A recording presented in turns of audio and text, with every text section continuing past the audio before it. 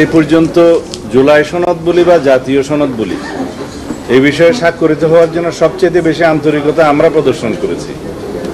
আমরা জাতীয় মূলনীতির ক্ষেত্রে আমরা আমাদের অবস্থান জানিয়েছি, আমরা কি বিষয়ে একমত। আমরা 70 অনুচ্ছেদের ব্যাপারে আমাদের পজিশন জানিয়ে আমরা সেখানে একমত হয়েছি এবং সেটা জাতীয় সনদে অন্তর্ভুক্ত হবে, সবাই সেটা একমত হয়েছে।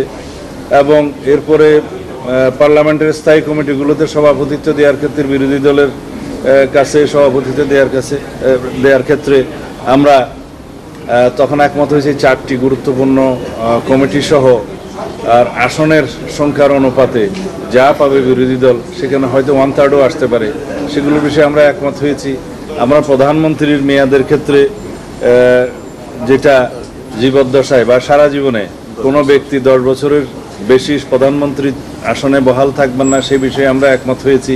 তবে ওখানে আমাদের একটা শর্ত ছিল যে এনসিসির মতো বা সাংবিধানিক নিয়োগ কমিটির মতো কোনো বিষয় এখানে আমরা থাকলে হয়তো আমরা সেই বিবেচনাটা আমাদের আগের প্রস্তাব অনুসারে যেতে হবে আমাদেরকে, সেই বিষয়ে আমরা একমত হয়েছি।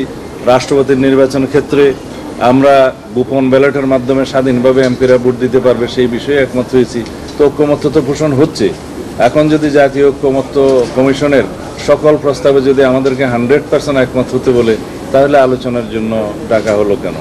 জাতীয় ঐক্যমত্য পোষণ হলে যে সমস্ত বিষয়গুলোতে দলসমূহ একমত হবে সেই বিষয়গুলো একত্রিত করে জুলাই সনদ বা জাতীয় সনদ স্বাক্ষরিত হওয়ার কথা।